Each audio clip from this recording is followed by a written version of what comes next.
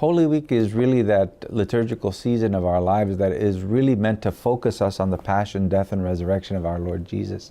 And so it's a special time. It's not a time for vacation. It's not a time to go away and start barbecues and all that sort of thing where you see people doing that. We're far from the only community that does a Holy Week. Other religions have special times in which they focus on the mystery of the tenets of their faith. For example, our Muslim brothers and sisters celebrate with great devotion Ramadan. Now, Ramadan is a time of fasting and austerity. It's a time to ask God for mercy. It's a time to present oneself before God, to open oneself before the Creator of all, and to submit oneself. Indeed, that's what the word Muslim means. Muslim means the one who submits, the one who gives in to the will of God. Allah is what they call him. And so in Ramadan, the whole week, every Muslim is busy studying the Quran. Everybody is busy with the austere practices of their faith. Everyone is busy in a united way of communal prayer as well. And so when Ramadan shows up, all the Muslims are busy with Ramadan. If you're not busy with Ramadan, then they question whether or not you're a Muslim. The same thing can be held, for example, our Jewish brothers and sisters. Now, they have several feasts just like we do, but one of the most important ones they have is Rosh Hashanah. So one of them is to ask God in a communal way that the Lord may forgive the sins of Israel. You see, not just a person, but a communal reconciliation. It's a time where Jews go back once again to the deep scriptures of their Torah, the deep scriptures of their relationship with God and the relationship God has with Israel. And so as a Jew, you're busy praying, you're busy adoring, studying, learning, growing, and above all, loving, because you're supposed to do this in a context of a family. And so, as I said, so when a Christian Holy Week shows up, what does that look like?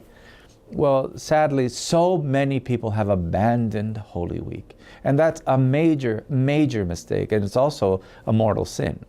And so we ask all Christians, take seriously Holy Week because it's ours. Because if we don't take it seriously, then the rest of the world begins to say, then the Jesus you profess isn't real.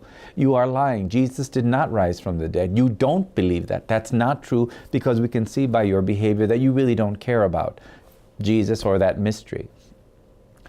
The Holy Week's center really begins on Holy Thursday, when we begin the Easter Triduum. On that day, we remember when the Lord celebrated his Paschal mystery and established the Eucharist.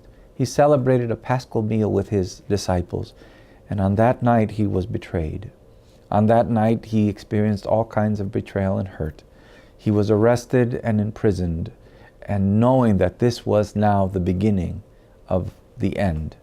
So on Holy Thursday night, here at the shrine, we will have the chapel open all night long, the entire night, inviting people to come and say special prayers, to visit with Jesus. For on that night he was imprisoned, and he is clearly in his agony, knowing what is to come. Good Friday. Good Friday is the time we remember the passion of the Lord. It's the time in which we relive the cross that Jesus bore and the suffering he went through. We go through the way of the cross and we walk with him. All are welcome to join us and bring a cross. Bring something you can carry. Make a cross and walk with Jesus. Jesus said, those who follow me take up their cross and follow me. And so we are called to follow Jesus. Don't hide from suffering. We're going to suffer. Don't run away from it, but run into it with the Lord in front of you.